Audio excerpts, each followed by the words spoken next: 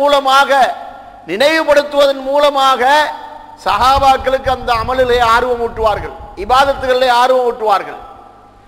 இப்படி நபி ஸல்லல்லாஹு அலைஹி வஸல்லம் அவர்கள் கடந்த கால சமுதாயத்தவர்களை இந்த இரண்டு நோக்கங்களின் அடிப்படையில் சொல்லி காட்டுவார்கள். குகைவாசிகளுடைய சம்பவங்களை நாம் கேள்விப்பட்டிருக்கிறோம், அடிக்கடி கேள்விப்பட்டிருக்கிறோம், பல பயான்களிலே செவிதாழ்த்தியிருக்கின்றோம். அதை எந்த அளவுக்கு நாம் சிந்தனையோடு அணுகி இருக்கின்றோம் என்பதை நம்முடைய மனச்சாட்சியை தொட்டு கேட்டு பார்க்க வேண்டும். குகைவாசிகள் மூவருடைய சம்பவம் நமக்கு தெரியும். 3 பேர்கள் ஒரு மலையடிவாரத்தில் நடந்து கொண்டிருக்கின்ற போது கடுமையான மழை வந்தது. அந்த மழை வந்த நேரத்தில் மலைக்கு ஒதுங்குவதற்கு இடம் தேடி பார்த்த போது இடம் கிடைக்கவில்லை. பக்கத்திலே ஒரு குகையை கண்டார்கள். இந்த குகைக்குள்ளே நுழைந்து கொள்வோம், மழை விட்டதும் போய்விடலாம் என்று 3 பேர் நுழைந்து கொள்கிறார்கள். கடுமையாக பெய்த மழையின் காரணமாக குகை வாசலுக்கு நேராக இருந்த ஒரு பாறாங்கல் சரிந்து வந்து வாசலை மூடிக்கொள்கின்றது. இவர்கள் மூவர் குகைக்குள்ளே நுழைந்ததை யாரும் காணவில்லை. காட்டு வழியாக சென்று கொண்டிருந்தார்கள். அவர்கள் மூவராலும் அந்த கல்லை அவருடைய எந்த அளவுக்கு பலம் கொண்டு தள்ளினாலும் அதை தள்ளி வெளியே வர முடியாது. முற்றாகவே வாசல் அடைபட்டு விடுகின்றது. இப்பொழுது இந்த 3 பேரும் சிந்திக்கிறார்கள், வாழ்க்கை இதோடு முடிவு பெறப் போகிறது, மரணம் வந்து விட்டது போல ஆகிவிட்டது, இனி வெளியேறங்க நம்மால் முடியாது, தகவல் கொடுக்கவும் முடியாது. இந்த காலத்தில் என்றால் நம்முடைய கையிலே மொபைல் போன் இருப்பது போல யாருக்கும் எந்த தகவலையும் கொடுத்து கொள்ள முடியும். ஆனால் அப்படியான வசதியற்ற ஒரு பண்டைய காலம் அது.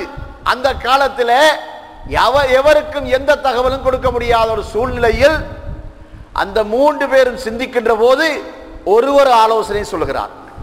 அவர் சொல்லுகிறார், அல்லாஹ்தான் இந்த மலையை இறக்கினான், அதன் மூலமாகத்தான் இந்த பாறாங்கல் சரிந்து வந்தது. அந்த அல்லாஹ் நாடினால் மட்டும்தான் நாம் இந்த இடத்தை விட்டு வெளியேற முடியும், இல்லாவிட்டால் முடியாது. அதனால அல்லாஹ்வுடைய அருள் நமக்கு இப்பொழுது தேவை. நாம் அல்லாஹ்வை நினைவு கூற வேண்டிய சந்தர்ப்பம் இது.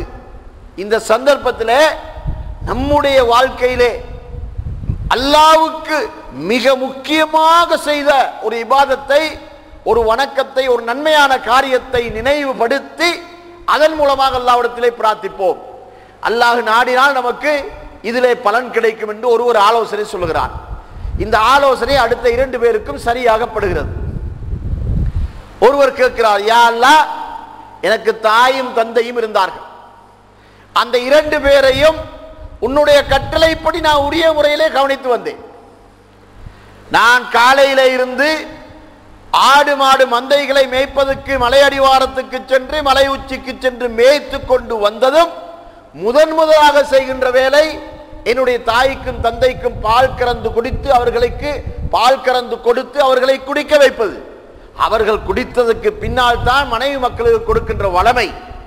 ஒரு நாள் நான் வரும்போது இருட்டி விட்டது, தாயும் தந்தையும் உறங்கிவிட்டார்கள். வழக்கமாக நான் பாலை கறந்து எடுத்துக்கொண்டு சென்று அவர்களை பார்த்தேன், அவர்கள் உறக்கத்தில் இருக்கிறார்கள். அவர்கள் இப்பொழுது விழிப்பார்கள் என்று வழக்கமான நடைமுறையை மாற்றி அமைக்காமல் மனைவி மக்களுக்கு கொடுக்காமல் அவர்களுக்கு கொடுப்பதற்கென்றே இருந்தேன்.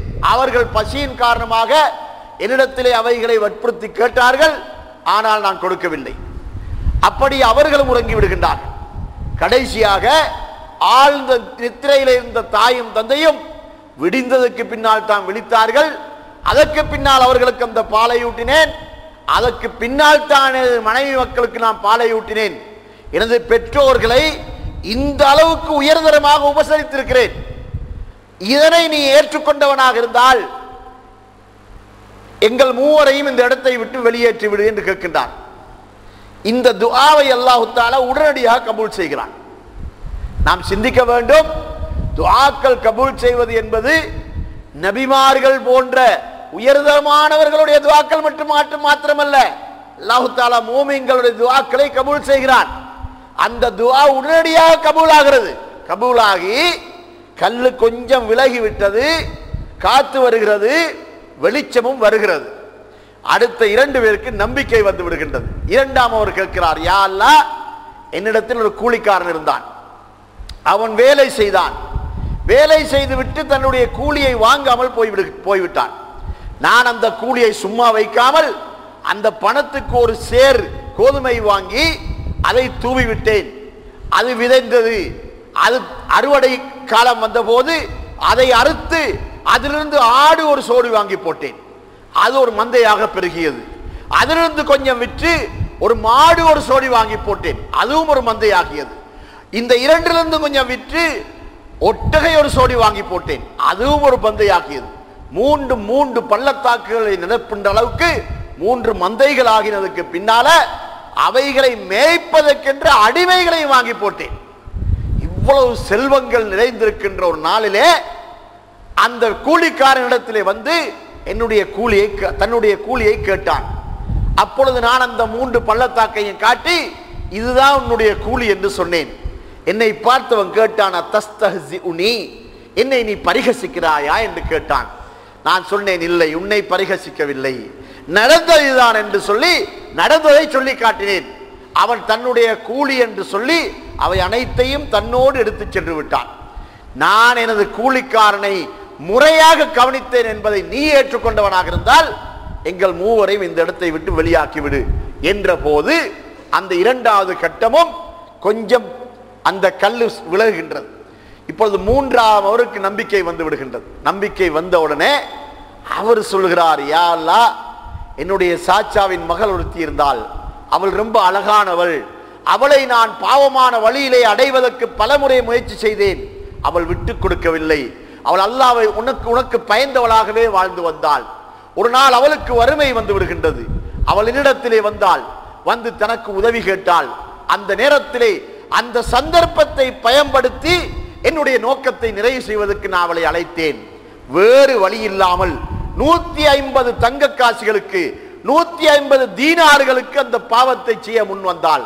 அந்த நேரத்தில் அந்த பணத்தை நான் அவளுக்கு கொடுப்பதற்கு தயாராகி நான் அவளை அந்த பாவமான வழியிலே நான் அணுகுவதற்கு நெருங்கினேன்.